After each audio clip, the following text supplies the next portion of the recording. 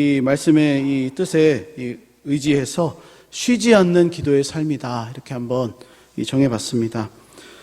오늘 본문 말씀은 가장 짧은 구절입니다. 그런데 우리에게 가장 강력한 메시지를 주는 말씀입니다. 왜냐하면 8글자로 이루어져 있습니다. 쉬지 말고 기도하라. 너무나 분명한 메시지인데, 우리의 신앙의 기초와 기본이 되는 기도에 대해서 가르쳐주고 있습니다. 기도를 할 때 쉬지 말아라, 그렇게 이제 말씀하고 있는 것입니다. 그래서 이 말씀을 볼 때마다 저는 많은 생각을 합니다.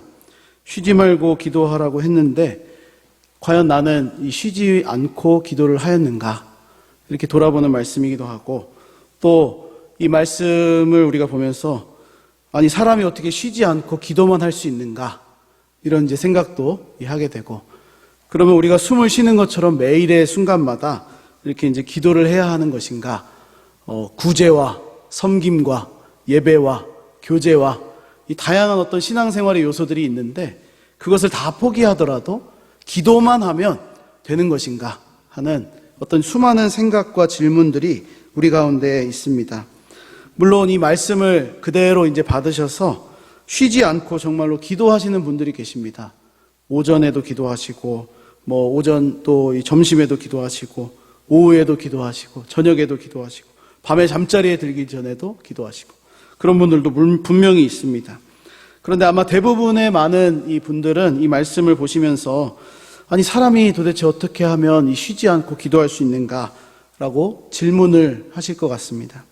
우리가 이런 생각이 드는 이유가 무엇일까? 제가 말씀을 준비하고 묵상하면서 아마 현대인들의 사고와 이 어떤 생각이 우리에게 많은 영향을 주고 있기 때문에 사람이 어떻게 쉬지 않고 기도할 수 있는가 하는 질문을 하고 있다고 생각을 해보았습니다. 오늘날 우리 시대가 어떻습니까? 바쁘고 분주한 일상을 살아갑니다. 그래서 각자가 너무 바쁜 이 일상 속에서 살아가고 있기 때문에 하루라도 이 휴식의 시간이 주어질 때 아주 이 꿀맛 같은 이 쉼의 순간들을 우리가 누립니다. 가족들과 만나기도 하고, 또 어떤 좋은 풍경과 이 환경을 우리가 찾아서 떠나기도 하고, 요즘에는 이제 카페 같은 좋은 풍경을 찾아서 가서 책을 보기도 하고 여행을 하기도 하고, 이 휴식이라는, 이 쉼이라는 시간을 굉장히 오늘날에는 중요하게 생각합니다.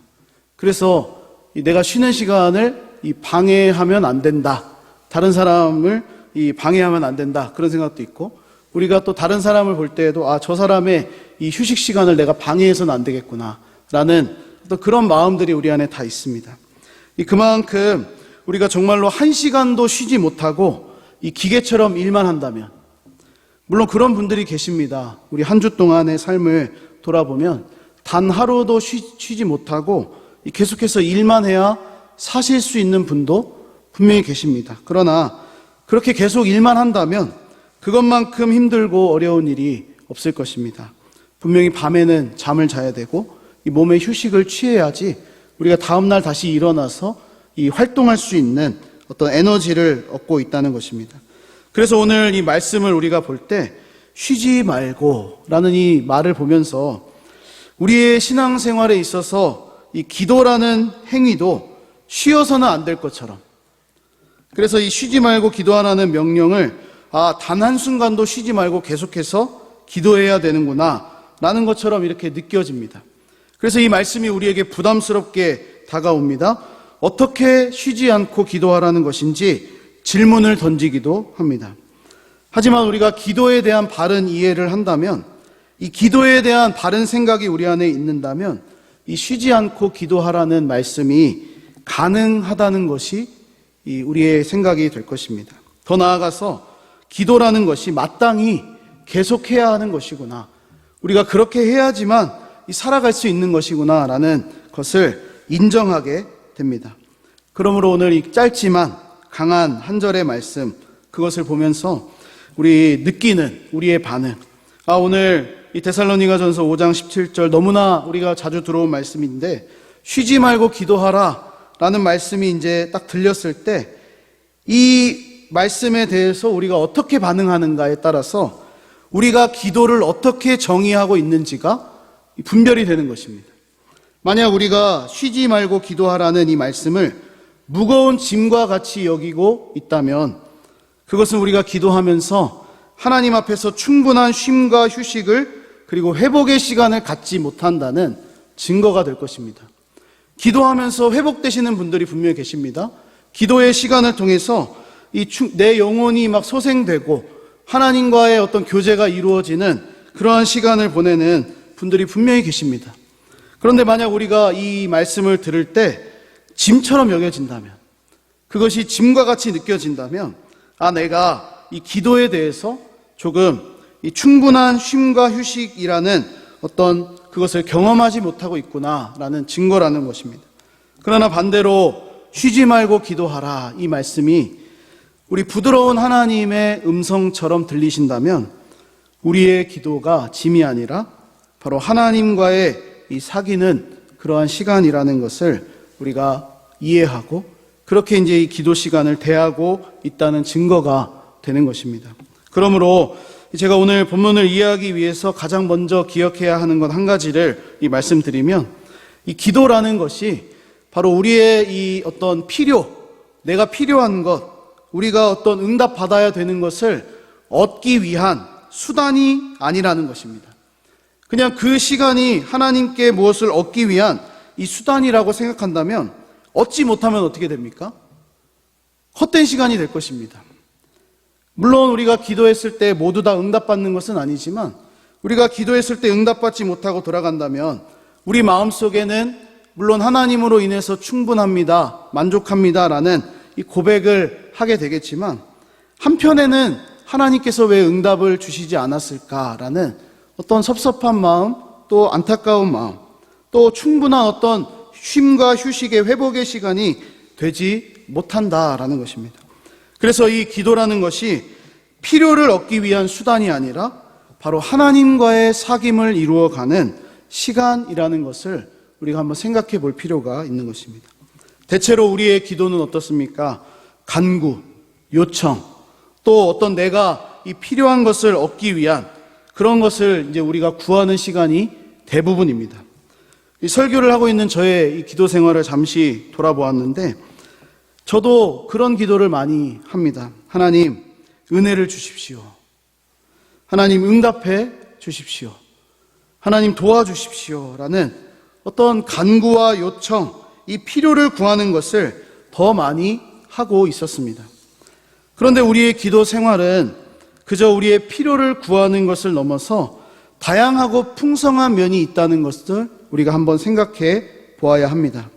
그래서 우리가 오늘 본문인 이 쉬지 말고 기도하라 라는 말씀을 기억할 때 기도라는 것이 단순히 내가 원하는 것만을 구하는 수단이 아니다 라는 것을 깨닫게 되는 것이죠. 우리가 만약 기도를 하나님으로부터 필요한 것을 받아내는 수단이라고 생각한다면 우리는 결코 쉬지 않고 기도할 수가 없습니다. 한 사람이 한 사람을 만나서 대화를 해 나갈 때 우리가 내가 하고 싶은 말만 계속하는 그 사람, 나는 이것이 필요하고 저것이 필요하고 또 저것도 필요하고 이것도 나에게 있기를 원합니다라는 계속 그 말만 듣는다면 그 만남이 어떻게 되겠습니까? 절대로 지속될 수가 없습니다. 때로는 한 사람과 한 사람이 만나면 상대방의 이야기도 들어주어야 합니다. 때로는 상대방에게 나의 요구와 필요를 굳이 말하지 않아도 그냥 이 눈빛만으로도 우리가 알 수 있는 것입니다. 눈빛만으로도 내가 이 상대방이 무엇을 원하고 있는지를 안다는 것입니다. 그래서 서로를 바라보는 것만으로도 충분할 때가 굉장히 많이 있습니다. 우리의 기도에 대한 정의를 내가 원하는 것을 얻기 위한 수단이다 라는 그 한 가지 관점에서 우리가 벗어나야 한다는 말씀을 드리는 겁니다. 기도하는 것 자체가 우리에게 얼마나 복된 일인지를 기억할 필요가 있는 것입니다. 그때 우리는 이 말씀처럼 쉬지 않고 기도할 수가 있는 겁니다. 이 기도하는 시간이 얼마나 복되고 얼마나 하나님과의 사귐을 이루어가는 이 영적인 교제의 자리라는 것을 우리가 기억한다면 내가 쉬지 않고 기도하는 삶을 살아갈 수가 있구나라는 것을 깨닫게 된다는 말씀입니다. 오늘 사도 바울이 이 데살로니가 교회에게 데살로니가에 있는 이 교회 성도들에게 이 쉬지 말고 기도하라, 그렇게 이제 권면하고 있는데, 이 쉬지 말고라는 단어가 이 신약 성경에서 총 4번 등장합니다. 이 사도 바울만 이것을 사용하고 있는데, 이 매번 기도와 관련된 상황에서만 이 쉬지 말고, 또 다른 표현으로 하자면 끊임없이, 멈추지 않고, 이렇게 이제 이 표현을 하고 있습니다.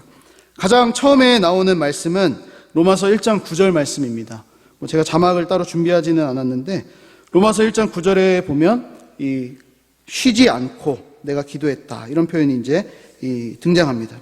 또 두 번째부터 네 번째까지는 오늘 본문에 나와 있습니다. 데살로니가전서 1장 3절, 그리고 2장 13절, 마지막으로 5장 17절.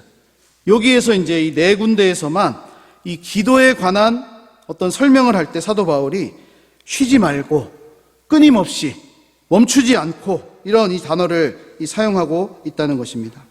아마도 사도 바울이 이것을 이렇게 이제 사용하는 이유는 단순히 바울이 그냥 기도할 때 내가 원하는 필요하는 것을 구하고 내가 하나님으로부터 뭔가 얻어내기 위한 그 수단을 넘어서 기도하는 그 시간이 하나님과의 풍성한 사귐을 이루어가는 시간이었기 때문에, 바울 자신이 그것을 경험했기 때문에 그가 이렇게 끊임없이 쉬지 말고 기도하라는 권면을 할 수가 있었던 것입니다.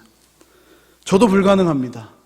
제가 이렇게 설교를 하고 있지만 저도 앞에서 고백했듯이 저의 어떤 필요와 어떤 이 공급을 정말로 하나님께서 주시기를 원하는 그 기도를 수단처럼 사용하는 모습이 아마 저에게 한 80% 정도 있지 않을까, 그렇게 진단을 해봅니다.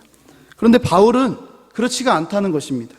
끊임없이 쉬지 말고 기도하라 라고 권면할 때, 이 기도에 관한 말씀을 할 때 사용하는 이 단어를 가지고 이 기도가 하나님과의 풍성한 사귐이 되기 때문에 우리가 그냥 단순히 필요를 구하는 그 수단적인 기도를 넘어서 바로 하나님을 만나는 이 영적인 사귐의 기도가 이루어진다라는 것을 이 바울 스스로가 지금 경험했다는 것입니다. 그러므로 주 안에 사랑하는 여러분, 우리의 기도 생활이 멈추어지지 않기를 소망합니다. 그러기 위해서 우리가 기도할 때 우리의 기도가 정말로 수단을 넘어서는 기도가 되어야 되겠습니다.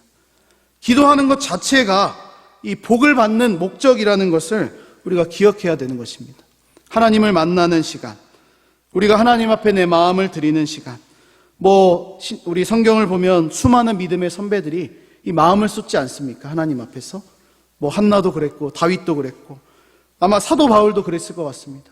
수많은 이 고난과 환난 속에서도 그가 끝까지 믿음을 붙들며 복음을 위해서 살았던 그 헌신의 모습을 보면서 아마도 그가 쉬지 않고 기도하는 삶, 그 기도의 시간을 통해서 하나님을 만나고 영적으로 공급을 받고, 정말로 이 시편의 어떤 기자가 고백하고 있는 것처럼 내 영혼을 소생시키시는 그 하나님을 만나는 그러한 경험을 바로 기도의 시간을 통해서 가졌던 것입니다. 앞에서 잠시 언급했습니다. 하나님과의 풍성한 교제를 위한 기도의 시간을 제가 갖기보다 어떤 제 개인적인 필요와 능력을 구하는 기도 시간이 더 많다는 것을 깨닫게 됩니다. 물론 우리의 기도도 하나님께 구하는 면이 분명히 있습니다. 그것도 기도의 한 면이 될 수 있습니다. 이것도 분명히 중요합니다. 일용할 양식을 구하는 것처럼 우리가 하나님 앞에서 나의 어떤 곤고함과 나의 필요와 나의 어떤 받아야 되는 은혜들을 우리가 구해야 합니다. 그것을 주실 수 있는 분이 하나님이시기 때문에 당연히 구해야 됩니다. 그러나 반대로 생각하면 하나님께서는 이미 다 알고 계십니다. 우리에게 필요한 것이 무엇인지를 다 아십니다. 그래서 내가 구하지 않아도 주실 수 있는 분이십니다. 그래서 우리가 기도할 때 그냥 한편의 이 면처럼 그냥 수단으로 구하는 것이 아니라 바로 하나님 그분을 만나기를 우리가 구하면서 하나님의 어떤 응답과 도우심만을 바라고 기도하는 것이 아니라 하나님께서 어떠한 우리에게 이 존재가 되시는지, 또 하나님의 어떤 공급이 우리에게 어떤 면이 오는지를 생각해 봐야 되는 것입니다. 그래서 우리의 기도가 하나님의 응답과 도우심만을 바라는 이 도구적인 기도가 된다면 하나님께서 어떻게 들으실까? 하나님께서 어떤 마음으로 나의 기도를 지금 듣고 계실까? 한번 생각해 봐야 되겠습니다. 상대방이 계속 하고 싶은 말만 한다면 나는 어떤 마음이 들겠습니까? 다음부터는 그만 만나야 되겠다. 그러지 않겠습니까? 아니, 이 사람은 맨날 나만 만나면 맨날 달라고만 해, 달라고만. 적당히 좀 얘기를 하지. 하나님도 아마 그런 마음이 드시지 않을까 하는 의문이 저에게 조금 들었습니다. 우리의 기도가 수단이 아니라 목적이라는 것을 기억할 때 우리는 쉬지 말고 기도하라는 이 하나님의 말씀에 올바르게 반응할 수 있을 것입니다. 우리 감리교의 이 창시자라고 불리는 존 웨슬리 목사님은 그리스도인의 완전에 대한 이 설교에서 이렇게 이제 이야기를 했습니다. 우리가 하나님을 생각하든 그분께 말씀을 드리든 그분을 위해 무슨 일을 하든 무슨 고난을 받든 하나님을 사랑하는 것밖에 다른 목적이 없고 그분을 기쁘게 하려는 것 외에 다른 소원이 없다면 그 모든 것이 기도다. 이런 이야기를 했습니다. 저의 이야기가 아닙니다. 감리교를 창시하신, 감리교를 만드신 이 존 웨슬리 목사님의 이야기입니다. 그분의 설교에 이런 것입니다. 하나님을 기쁘시게 하려는 소원으로 가득 차 있으면 우리가 어떤 일을 하든지 간에 매를 맞든지 손해를 보든지 어떤 것을 하든지 간에 그 모든 것이 기도가 될 수 있다. 이런 이야기를 했습니다. 이처럼 우리의 기도가 하나님과의 사귐의 시간이 될 때 우리는 어떤 것을 하든지 어떤 자리에 있든지 우리의 기도가 멈추지 않고 계속될 수가 있다는 것입니다. 장소와 상황에 구애받지 않습니다. 어떤 일을 하든지 간에 하나님을 만날 수 있는 이 기도의 시간을 가질 수가 있습니다. 그런데 오늘 말씀처럼 이 쉬지 말고 기도하라는 이 말씀을 우리가 들으면서 우리의 기도가 이 하나님과의 사귐이라는 것도 분명히 알고 있습니다. 기도할 때 하나님을 만나자 이런 기도도 우리가 많이 하는 것처럼 다 알고 있습니다, 사실은.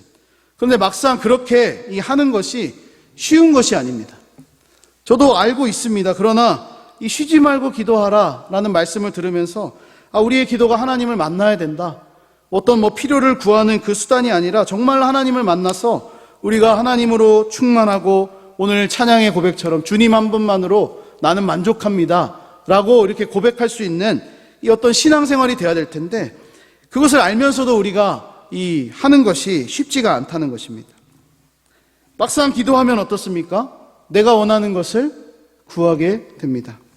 저도 오늘 이 말씀을 나누고 이 마지막 이제 기도할 때 한 4가지 정도 기도 제목을 이 큰 제목을 드리면서 이제 기도하지 않습니까?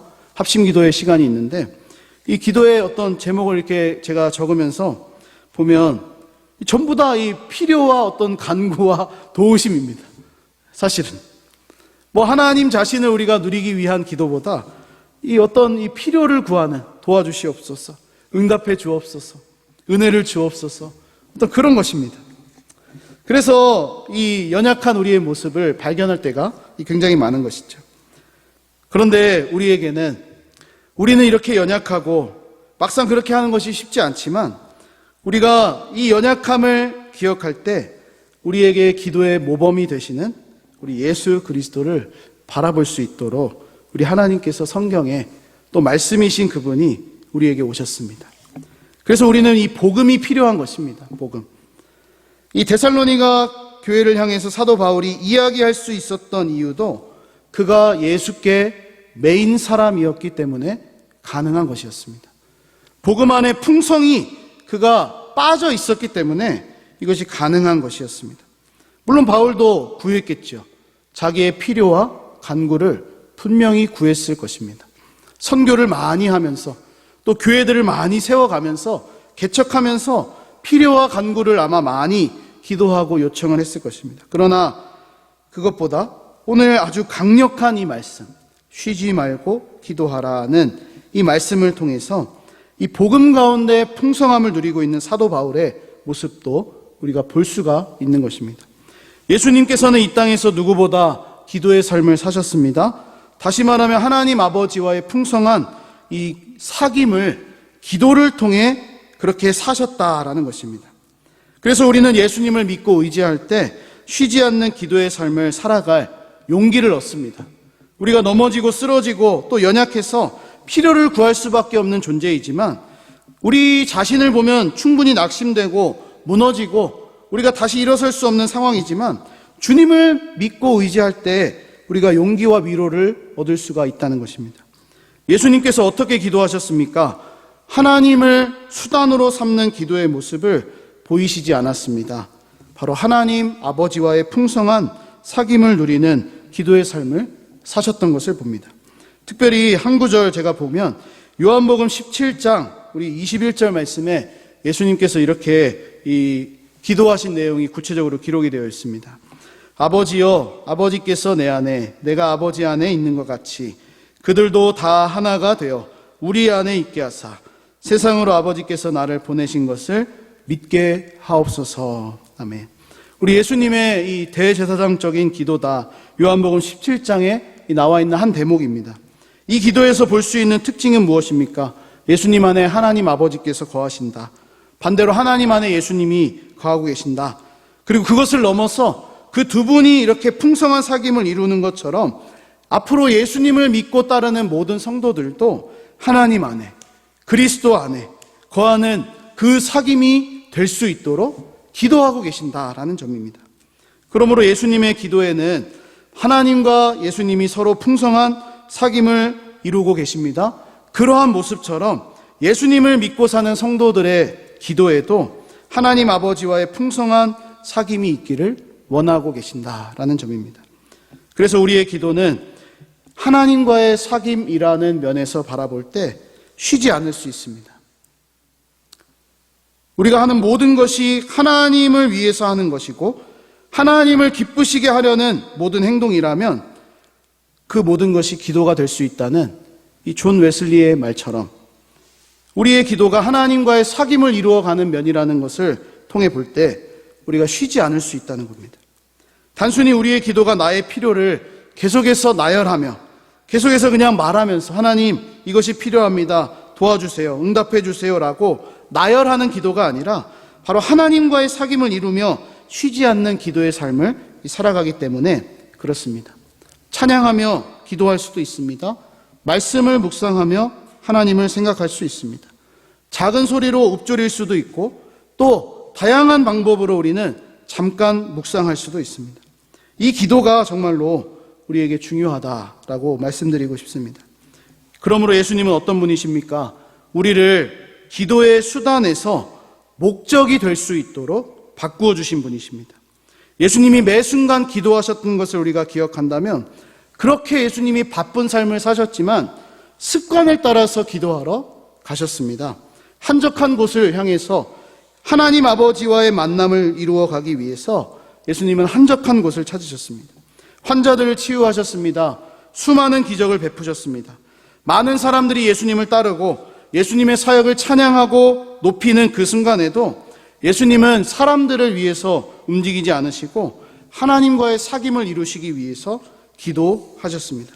심지어 가장 중요한 십자가 사역을 앞두시고 우리 예수님의 마음, 그 마음이 어떠한지를 보이시는 겟세마네의 기도를 하신 것을 우리가 기억합니다. 그리고 그 기도를 통해 무엇을 이루셨습니까? 예수님 자신의 뜻이 아니라 하나님 아버지의 뜻에 순종하고자 하는 그 힘도 얻으셨던 것을 봅니다. 그러므로 우리 쉬지 말고 기도하라는 이 오늘 본문의 말씀이 우리에게 짐과 같이 여겨지지 않기를 바랍니다. 풍성한 사귐의 시감으로 우리 만들어 갈 수 있도록 우리가 예수님을 더욱더 기억하고 우리가 그분을 닮아가는 그러한 우리 모두가 되기를 간절히 소망합니다. 오늘 본문의 사도 바울도 그런 사람이었습니다. 예수님께 매인 사람, 복음의 매인 사람. 그래서 그의 기도는 그냥 단순히 어려울 때, 고난당할 때만 기도한 것이 아닙니다. 오히려 이 데살로니가 서를 보면 데살로니가 교회에 있는 성도들이 이 정말로 믿음의 역사와 사랑의 수고와 소망의 인내를 할 때 데살로니가 1장 3절에 이 사도 바울이 끊임없이 기억하며 기도합니다. 좋은 일이 있을 때 기도한다는 것입니다. 고난당할 때, 어려울 때, 하나님의 도우심이 필요할 때만 기도한 것이 아니라 좋은 일이 있을 때 끊임없이 기도하는 것이죠. 그러니까 우리 어려울 때만 하나님께 기도한다라는 것은 쉬지 말고 기도하는 모습이 아닙니다. 감사한 일이 있을 때에도 우리 기도할 수 있습니다. 어렵고 힘든 일이 있을 때는 더더욱 기도해야 합니다. 하나님께서 은혜를 주셔서 평안할 때, 이제 우리 조만간 우리 교회도 54주년이 되는데, 이 평안한 54주년이 되면서 이렇게 보내온 이 시기에도 우리는 기도를 해야 하는 것입니다. 이것이 우리를 향한 하나님의 뜻이다라는 말씀이 이 뒤에 나오지 않습니까? 예수님께서 우리를 위하여 보여주신 기도의 참 모습임을 깨닫고 순종하는 자세가 쉬지 않고 쉬지 말고 기도하는 모습이겠습니다. 오늘 말씀을 정리하고 마무리하면서 우리의 기도가 그냥 단순히 어떤 필요를 구하고 또 하나님의 도우심과 응답을 구하는 그 기도가 아니라 하나님과의 사귐을 이루는 기도의 시간이 되어야 한다는 것을 한번 생각해 보았습니다. 반대로 하나님과의 사귐이 있는 모든 행동, 그 모든 모습이 우리가 하나님께 올려드리는 기도다, 거룩한 살아있는 제사다라는 것을 우리가 기억해야 하겠습니다. 그러므로 우리의 기도가 기도의 삶, 그리고 삶의 기도, 이 두 가지가 하나가 되어야 되는 겁니다. 다시 말하면 하나님께 나와서 시간을 내어서 드리는 그 기도의 힘을 가지고 우리가 지금 이렇게 모여서 기도하는 이 금요 기도에 또 시간마다 드리는 기도의 시간을 통해서 우리가 힘을 얻고 또 하나님의 위로와 도우심을 얻고 우리의 삶의 현장에 나아갔을 때 하나님을 의식하면서 그곳에서도 쉬지 말고 기도하는 삶이 되어야 한다는 것입니다. 우리 예수님께서 그렇게 사셨습니다. 이것이 예수님께서 우리에게 보여주신 가장 큰 기도의 모범이라고 생각합니다.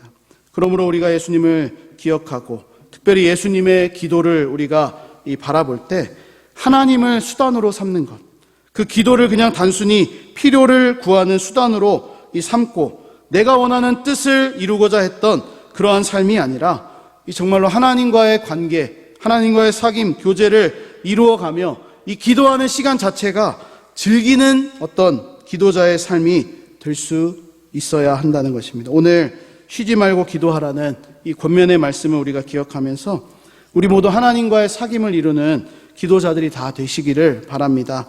하나님의 뜻을 이루며 살아갈 수 있는 은혜가 있기를 주님의 이름으로 간절히 축복합니다.